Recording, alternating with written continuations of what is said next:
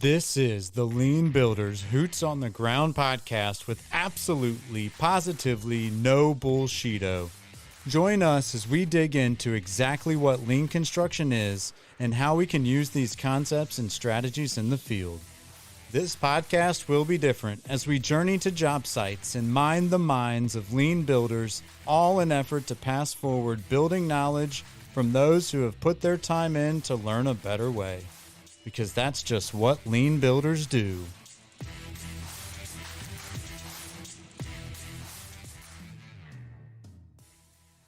What's up, y'all? Adam Hoots here, the Lean Builder Hoots on the Ground podcast with no bullshito. And I got a really special guest today. I am so excited to introduce the world to Mr. Adrian Russell and all the awesome things he's doing. Mr. Adrian, say what's up to the people. Hey, what's up, everybody? Happy to be here. So glad that you have me on there. Yeah. I've been watching you for a long time, a couple years at least, and the work you're doing is inspiring. And I think a lot of people talk about making a change, making a difference, but you're actually doing it. And so, shout out to you, props to you. And today, it's my hopes to get to know you a little bit better, maybe start a little relationship, that sort of thing. Maybe you can just help me better understand who are you, Mr. Russell? Yeah, I appreciate that. That's quite the introduction. Who am I?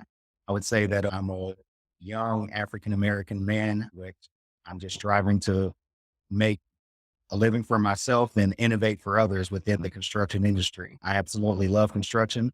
I would like to believe that it's who I am. Building is what I do. I've had an extensive history in the construction industry. I was born and raised in the inner city of Indianapolis, came up in a huge household, a family of 10, 7 brothers and sisters, only one working parent. My father worked extremely hard to do all that he could to provide for us.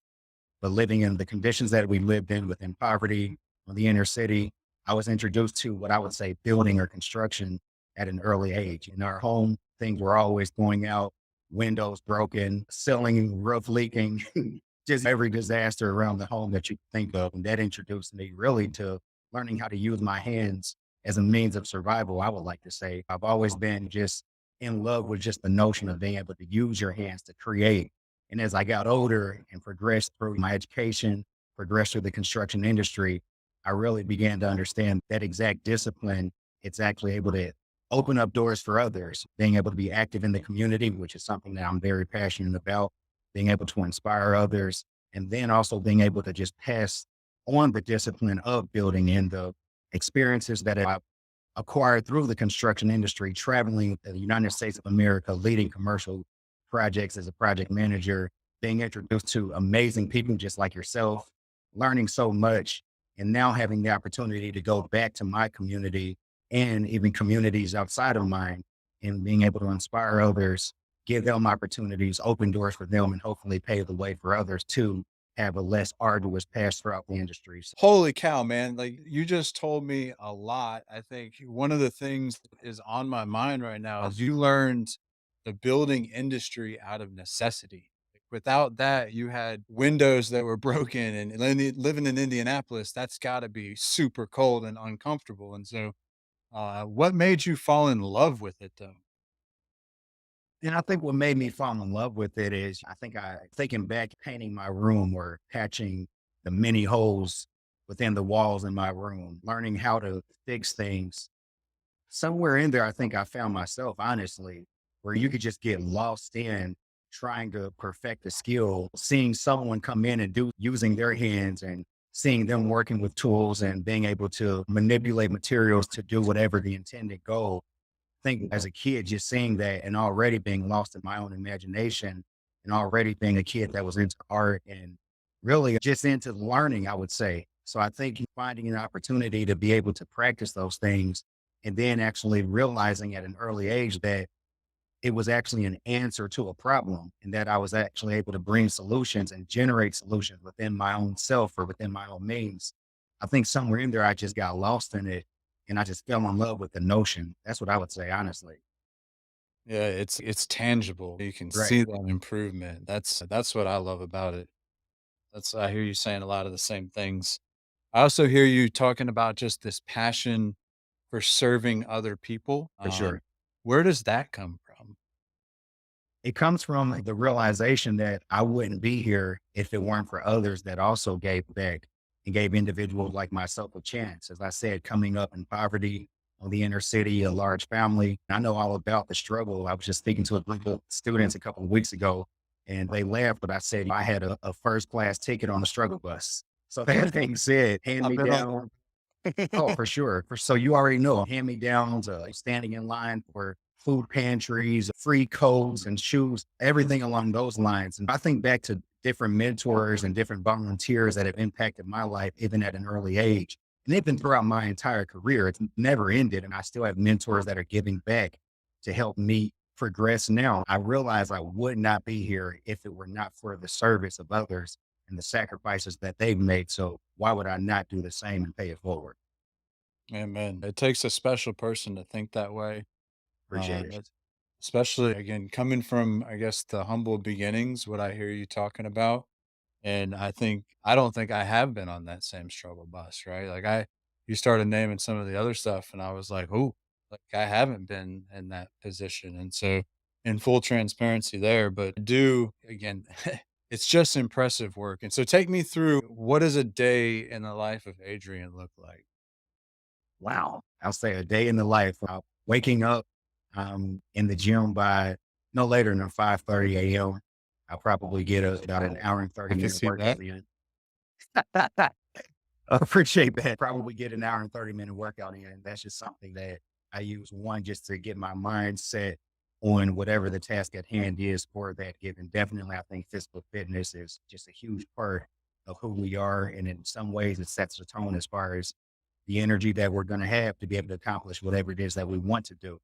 So after a workout, I'm getting ready for work. Hopefully, I'm into the office anywhere from 8 to 8:30 or so. But typically, getting into the office is probably a meeting within the nature of my position here at Shield Sexton as director of DEI and diverse procurement. I'm always meeting with others, meeting with the community, the diverse contracting community, getting to know all the folks and the firms that are out there. Lots of meetings throughout the day. I think a couple of weeks ago, one day I had 9 meetings on it. So that being said, I'm getting through meetings, working, just trying to find solutions for our diverse partners, working to get them placed on projects so they can learn how to work on a large scale commercial project. That's what we do at Shield Sexton. That being said, in the evening, definitely putting time to building my organization, Russell's Building Camp. I might get on a couple of calls with a couple of young people, individuals that I mentor, just checking on them. And then, of course, I'm just spending time to review the goals that I've set in place for that day or for that week. I always want to get a good read in, read an interesting article, or I challenge myself to learn something new every single day. And that could be anything, whether it be within my industry, outer space, learning something about animals. I don't know. I just challenge myself to learn something new every day. So I think that's a good glimpse of the day of the life of Adrian Russell. Man, baller, all-star. Holy cow, I wanna hang out with you even more now. You're gonna have to squeeze a phone call with Hoots in there at some point. So, what's the last book you've read, or what's the last most meaningful or impact thing that you have read? Oh man, that's a great question. Though. I would say honestly, just yesterday, my dad actually came to me and he said, I wanted to give you something. And it's actually a leadership Bible. And it's by John C. Maxwell Leadership Bible. And the fact that my dad gave it to me, that meant something to me. I've already gone in and just browsed through different leadership principles that are inspired by the Bible. And it goes without being said, I am a man of faith. That's a huge part of my upbringing. And I'll say that already in just a day, man, reading through some of those principles, I'm already inspired. So I would say that that's top of mind and I'm already into it.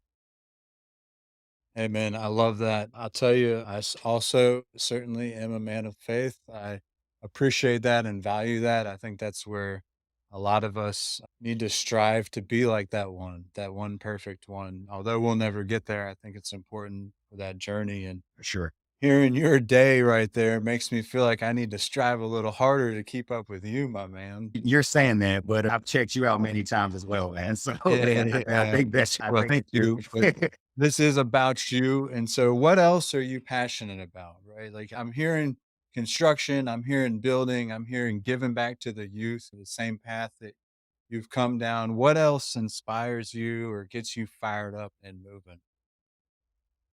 Man, what gets me fired up is honestly just innovation. That's just something that I think that I strive to do. And think about it on a daily basis. I was just in the barbershop last night and you hear different individuals offer problems and things that they've identified, things that they've ran into. We think about our careers and think about the goals and different roadblocks and pitfalls. And so me, I just think that what really fires me up is just always striving to figure out a solution or find a way to innovate, to be able to offer a solution to a problem or a real issue that impacts the world, that impacts others, and really just wanting to and find a solution, hopefully create opportunities for others. That fires me up every single day, honestly. I love that. So what are you finding solutions to right now? What is that? What are you innovating right now? I would like to believe innovating within the construction industry and the fact that in our industry right now, we face a huge issue that's only going to be further pronounced as time goes along. And that's just the lack of people within the skilled trades, the lack of people within professional operations. Construction is an industry that touches everybody. The building industry impacts every community everywhere, quite literally. Every day. Yeah. Every single day. So within this industry and with the lack of people, I mentioned the fact that I've traveled the United States of America managing construction projects. And I'll tell you, here's an interesting thing. I'm going back to years ago before we started to read these articles that, are commonplace now. But I think back whether I was down in Texas or on the East Coast in the Midwest, it didn't really matter. Every job site that I've ever been on, even within some of the poorest communities, I'm thinking of Jackson, Mississippi, no disrespect to Jackson at all. Thinking back on those experiences, I always noticed there was a huge lack of diversity within the industry. Hardly ever did I come across anyone that actually looked like me on a job site. And if I did, almost always they were pushing a broom or Right. unloading a truck. That was just always. So that being said, and right now, I mean, I'm really working and striving to innovate the not only labor shortage within the industry, but also the great lack of diversity, which is a historical issue within the construction industry. So that's something that I'm fighting for. I'm passionate about individuals like yourself and the work that you do. That fires me up. So I'm working with individuals just like you to hopefully innovate that issue. I love that, man. It's all about the people, right? And innovating opportunity, thinking differently because you're right. Like we've been doing the same thing the same way for hundreds of years Yeah. and it's not working, people. Like wake up. Like we as an industry, and I'm going to include myself in that batch. I'll include you in that batch. We suck and we don't value people the way they should be valued.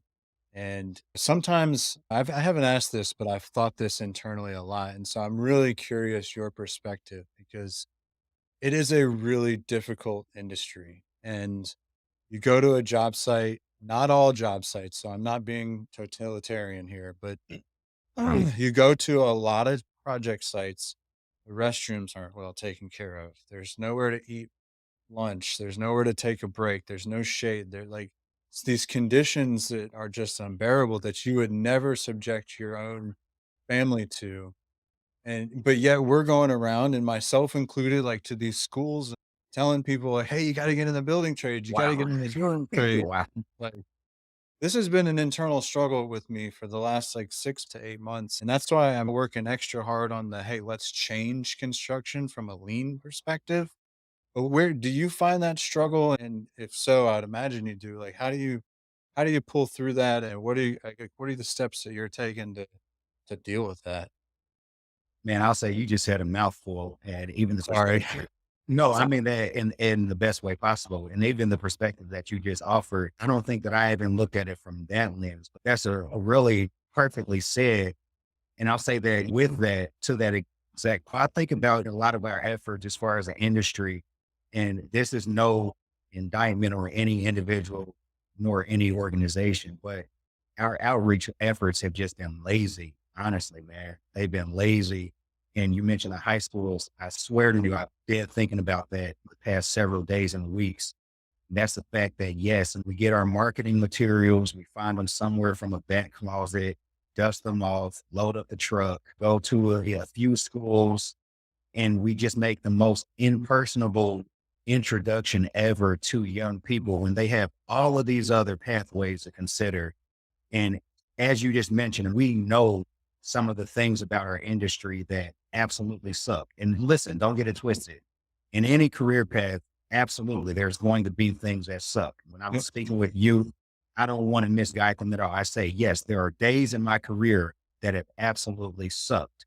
However, there's also things, as you mentioned, and conditions within our industry, whether it be on the job site or conditions as far as just the culture of our industry, that it absolutely sucks. And it sucks because, to your point, no one wants to do anything about it, or no one cares about people enough to do anything about it. So you mentioned lean. And when I think of lean, I think of innovation. And when I think of lean, I think of innovating for people. And I think of networking and working together and bringing resources together to innovate solutions for people. And in order for us to fix these issues in the industry and get construction back to being something that most young people want to do, because I do believe there was a time where in a child's life, they were into construction. They may not have known it was called construction, but they were into construction. I've yet to see any kid that doesn't like trying to put things together.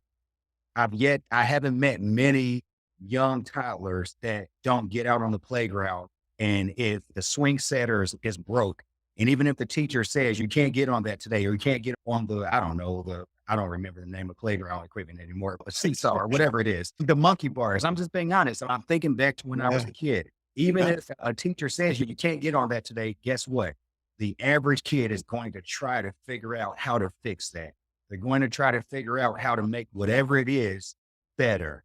That's what most kids do. So that being said, if we fix the issues that are in this industry, as you mentioned, that are prevalent throughout this industry, I think in some ways we're being challenged to identify those things and find solutions. I guarantee you at some point in time, we'll see, sure, IT is a great pathway. Sure, I don't know, medical science, whatever, those are all great pathways.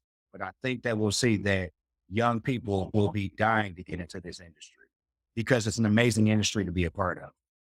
Yeah, I agree. I agree 100%. And I've bared some of those conditions. And I'm a firm believer that we've got to change internally in order to make that change happen. And so, like you, I'm doing what I can on a daily basis to make that happen. I just run into that dilemma from time to time. It's good to hear you experience that and how you deal with it. So, thank you for that. Thank you, man.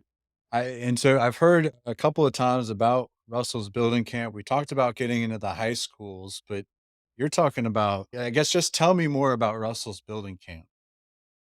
I mean, Russell's Building Camp. So, what it is, an organization, a small non for profit located here within Indianapolis, my hometown. And our mission is to introduce young people of all ages to the world of building, honestly, the building trades, learning to use their hands and minds to create and build not only for themselves, but for others in their communities.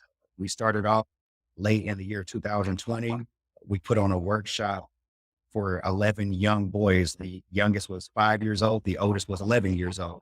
And we introduced them to the hand tools, common hand tools that you would use around the house. And we put together a workshop that fun games were put together for them to be able to be introduced to those hand tools. We made competitions out of that. And oddly enough, they went crazy over it and they absolutely wanted to come back and do it again. But when they came back, they wanted to bring their friends next time. So the next month, we had 27. We went from 11 to 27. And in every subsequent month, we found ourselves putting on pop-up camps. And we even adopted that name camp because we wanted to create an environment that young people you would think about their camp days, something that brought nostalgia in a sense, where when you think about camp, you think about just a fun, inviting atmosphere where everyone can come, just let their hair down, let loose, be themselves, and just engage with others and just have a blast. And that's exactly the environment that we've been fortunate enough to create. And every subsequent month, we were putting on these camps.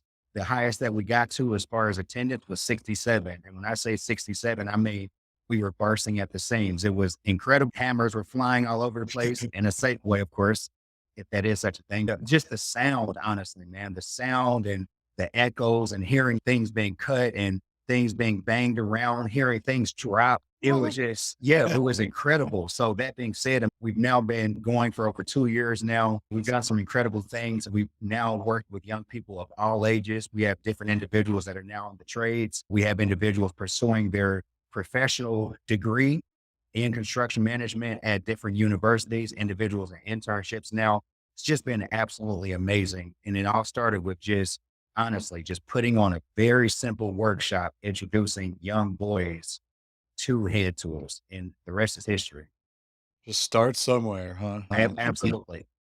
I love that, and it sounds like it's grown. So you're saying all ages. Take me. What does that usually consist of? Man, if we're putting on, let's just say typical workshops, we might break off into different age groups where we might have kids ages 5 through 8, then we'll have kids 9 through 12, and then we'll have 13 and up. And those individuals, they're working with volunteers and trades partners, and they're doing activities that are suitable for their ages. So they're able to work with individuals within their age group, and then whatever the task or whatever the challenge or whatever the objective is suitable for them to where it's not over their head. And it's also not overly intimidating where you have, I don't know, a 6-year-old working with a 14-year-old.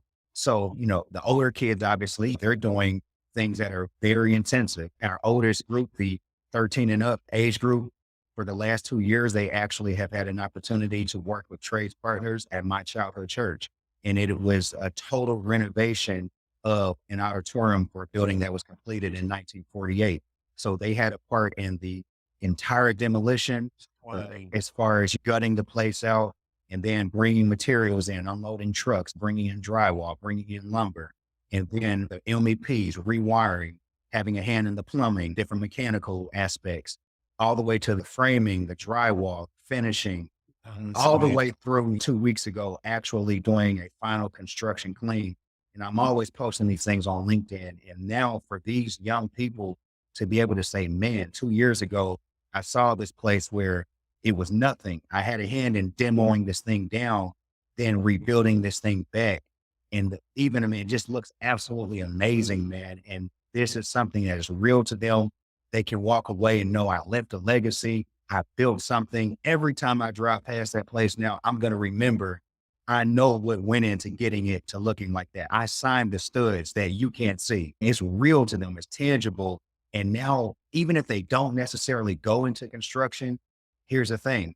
One day they're going to have a family. They're going to have kids. And when that kid says, hey, I actually might be a plumber, I might be an electrician, they're not going to steer them away from it. Why? Because they're going to remember years ago where they had a hand in working on a cool project where they chopped it up with electricians. They chopped it up with plumbers. They're going to say, you know what? Those are some cool people. Absolutely. I'm all for you going into construction to be an electrician or a plumber or a mason.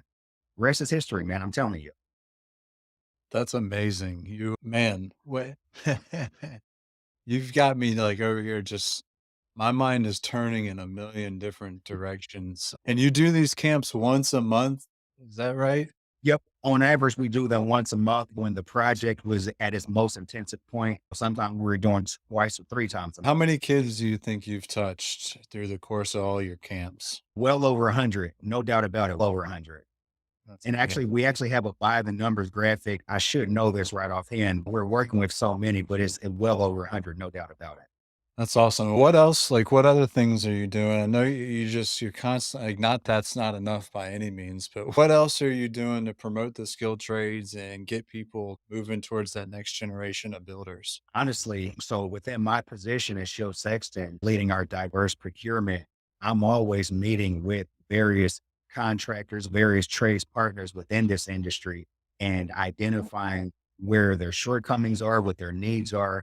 And I'm working to find solutions or bridging the gap so that they can continue to learn and grow their businesses. That being said, also being a mentor to so many within the industry. And I don't boast in that. It's something I'm humbled by. I'm always going to the schools. I was just back at Ball State, my alma mater, Muncie, Indiana, just on last week, speaking with their construction department. So that being said, working, mentoring young people, providing opportunities for them, helping place them in jobs. The cool thing about it is I'm seeing this come full circle now, where there might be let's just say a contractor that I have a hand in initiating a mentor protege relationship so that they can grow their business. But then at the same hand, within some of the young people that I'm mentoring as well, I'm then able to help place them with some of these partners so that they actually have a landing spot and it's a mutual benefit. So it's all really just coming full circle, and it's just a product of just having your head in the game and just being in the fight, being active in the fight every day. And I think that these opportunities are creating themselves.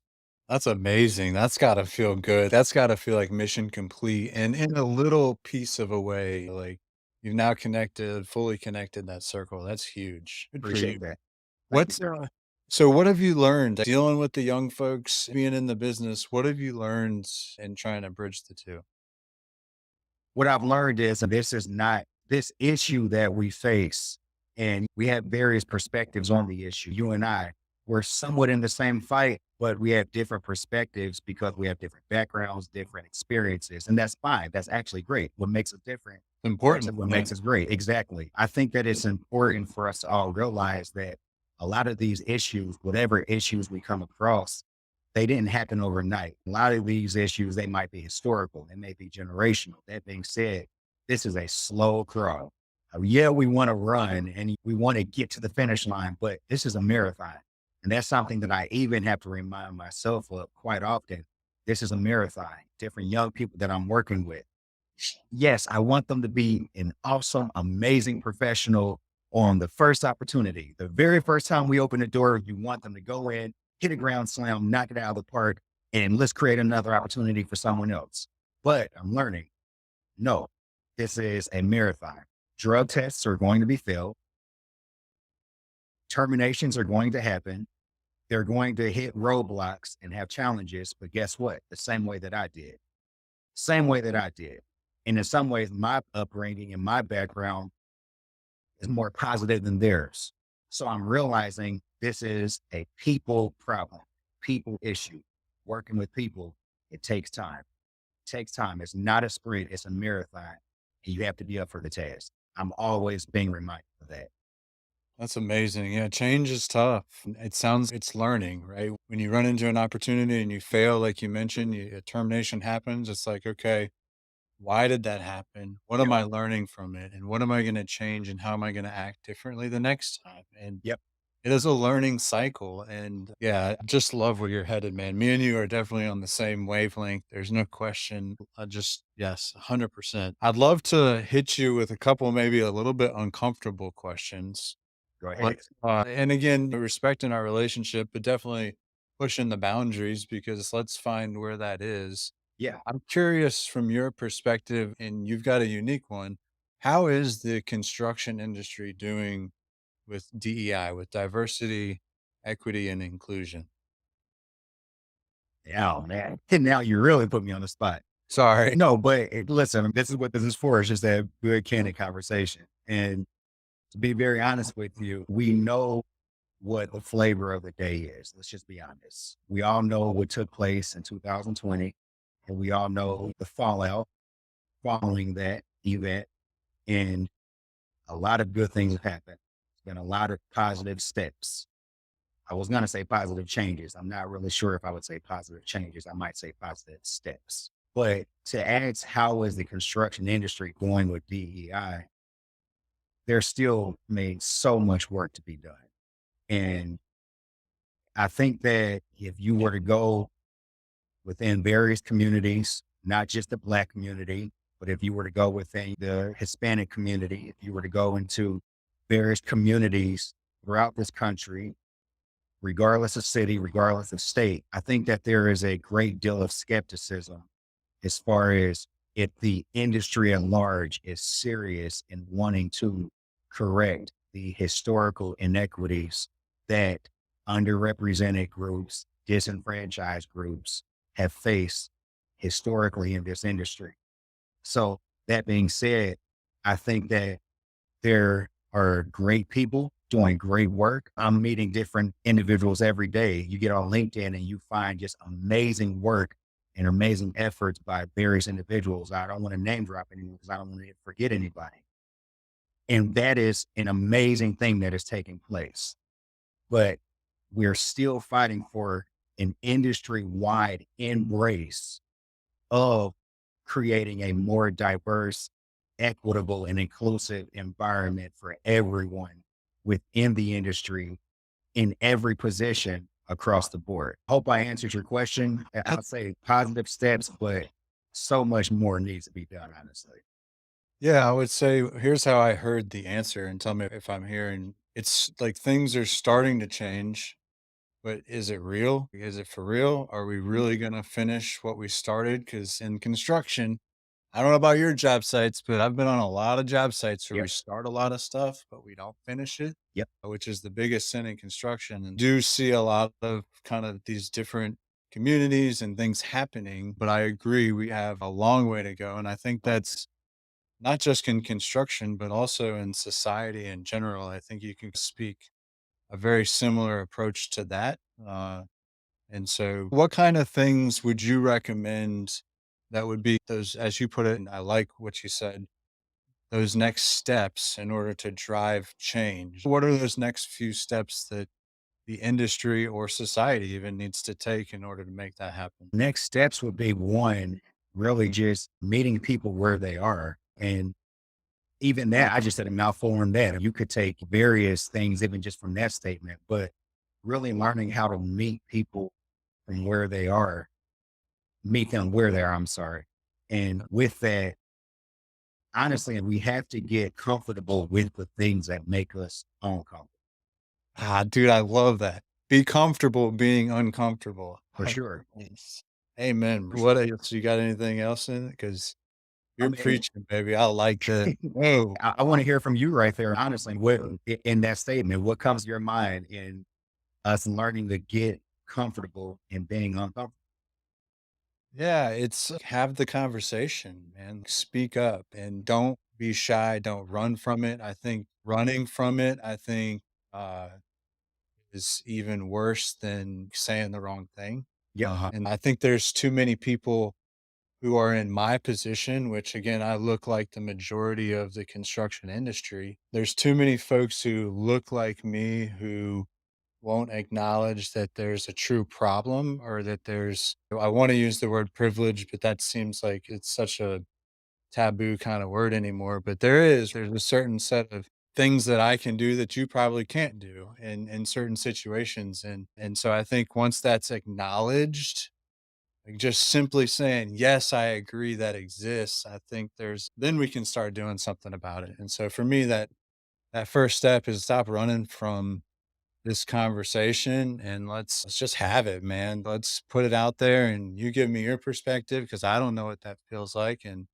I'll give you mine. And Yep. then, man, we can really put a dent in this thing and hopefully start to initiate some change. So, I mean, couldn't say it better myself. And here's the thing, it's all about perspective. My perspective is not better, is not greater than yours. It's not any more true than yours. It's about us both being able to offer and share our perspectives, hear one another, and then make a commitment to where when we leave that room or when we leave that space, we're motivated to do something about it. Because at the end of the day, people need us to do something about it. The conversation is great. Don't get me wrong. It's great to have the conversation, but let's just not tell cool stories. Let's come together, handle conversations, and then make it a point to walk away and find answers to whatever those problems are that we identify. And it's always going to be uncomfortable. It's always going to be uncomfortable. But that discomfort is actually what's going to bring the good, I believe. yeah, yeah. I'm sure you've seen the comfort zone diagram where you've got Yep. the comfort zone, you get past that fear zone, and now you're Exactly. growing and learning as a human being. Yep. So true. When you get yourself in those situations and you're like, oh boy, what Yeah. question did I just ask? Exactly. Exactly. Good, man. Thank you. I appreciate that time. We got some time here. I love this. What's a word or a phrase that just bothers you or bugs you or you hear it and you're like, oh man, that I don't know about that. Oh, honestly, that's a great question. I've done this once before. Say one, you said a word or a phrase. Honestly, it's a question that just bugs me. Honestly, when I'm asked by various individuals, "Hey, Adrian, I mean no offense by this, but Tell me why aren't black kids, why aren't they interested in construction? Or why do you think that black kids don't want to go into construction? It's something about that question that just it bugs me and bothers me. And I think in some ways the answer is obvious. And I've had this conversation with so many individuals. And actually, a few years ago, there was a kid that I was mentoring, and he pointed something out to me, found it fascinating, and I've never seen it the same since. He said, coming up in inner city public schools, which I did, he said, here's a funny thing. Most black kids, especially if you're talking black boys, most of us, when we were in school, we had a dream to be an NBA player, an NFL player, and if not an NFL player, probably something along the lines of an entertainer, a rapper, maybe even a comedian. I don't know. And he said, the funny thing is, most of us can all relate to one fascinating experience. And that is through the years of being a kid where we wanted to be a pro athlete. Because even me, I definitely, my dream was to be an NFL player without a shadow of a doubt. And I didn't let that dream go to bed until the last day of my senior year playing varsity football. And he said, here's a funny thing. Most of our teachers from time to time would give us these incredibly daunting statistics.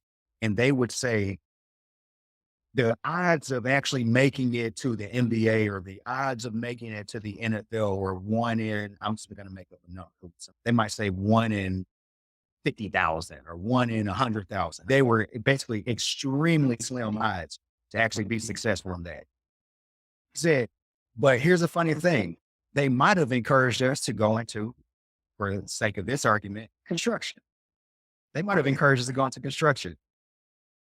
Funny thing is, no matter what that educator might say, the truth is that black kid that dreams of going and being the next Michael Jordan, or I would say LeBron James, that black kid that wants to be the next LeBron, in their eyes, that is actually far more achievable, regardless of whatever that teacher says. That's far more achievable. You want to know why? Because when they look at the all-time greats within that sport and within that industry, they look like them. They go down the scoring list. If they go down all the different achievements that are historical to that sport, a lot of those greats, maybe not all, but a lot of them look like them. So to them, that's achievable.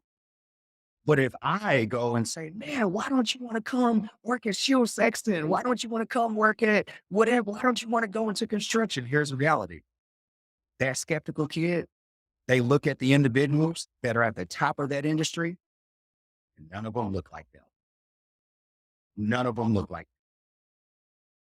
That's the answer. That's why they don't want to go into that industry. It's not the fact that it's not cool. It's the fact that, I don't know, I look like him. I can relate to him. He came from a neighborhood that I came from. He came from a neighborhood like me. He had an experience like me. And he went on to do this. And not just him, but 100 others. And they're all Hall of Famers. They win championships, Super Bowls every year. They rap at Wembley Stadium and do concerts. They did the Super Bowl halftime show. They performed or did stand-up comedy at Madison Square Garden. That's why I want to do that. Construction sounds cool, but when I look at those that you guys say are at the top of this industry, go to every majority owned company that does commercial construction throughout the United States of America. Almost never are you going to see within the leadership executive ranks a person that looks like that black boy, and definitely not that black girl. We know the answer to some of the questions that we ask. That's powerful. It's a vision, right? It's about being able to see yourself in those shoes, and you're right, we really struggle, and so I applaud you even more after you just went on that rant, baby. I love it. It was a rant. It was a rant. Good for you, man, because you're not, again, you're not just ranting about it, you're actually doing something about it, right? You are that executive that people can look up to and say, "Yeah, he's doing it and he did it and he's been there. And now I've got a path or a vision to get me there." I love everything about what you're saying. Right on, bro. Let's do this. Can we shout out some people who have made a difference in your career over just where you started, where you come from? Who do you want to give shout outs to? Let's do that. Number one shout out, and this is something that I'm going to beat this drum for the rest of my life. Ridge Miller. He's an individual, God rest his soul. He is an individual that he impacted me back when I was a senior in high school back in 2007, Indianapolis. Ridge was a Caucasian older gentleman. He passed, he wasn't that old, but he was an individual that he had always been associated with the industry. He actually was an accountant, but he started in the industry as a general laborer. He's always been associated with the industry. I met him through the ACE mentoring program. I'm not sure if you're familiar with ACE, but Absolutely. okay, I met him through that program. That day that he met me, I think it changed my life because for whatever reason, Ridge saw something in me at a scholarship banquet in which I received a scholarship.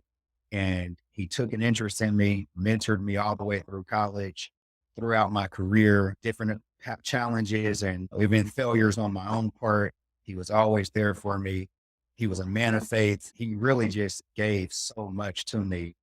Passed a few years ago, unfortunately, but I carry his memory with me all the time. I was just thinking about him this morning, so it's funny that you asked this question, but that's my shout out to Ridge Miller, just a great man and someone who inspired me in so many ways that I couldn't even measure.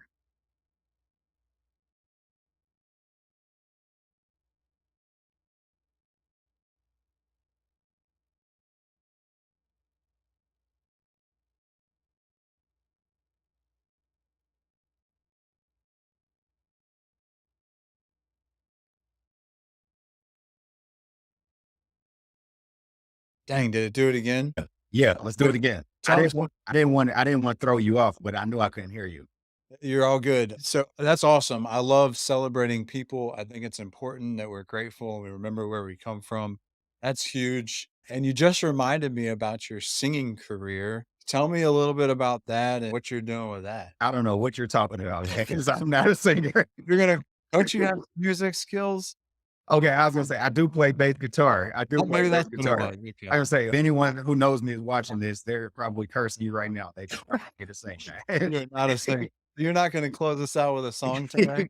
No, I'm not. I'm not. I actually, but I do come from a family where a lot of individuals in my family were a musical family. Dad, my sister, they all sing very well. I actually play bass guitar, grew up playing in church. So I actually play for a couple of churches in Indianapolis right now. It's just still a craft that I love. I've been playing now for almost 20 years now. So on Sundays, it's still something I'm able to utilize to get an escape.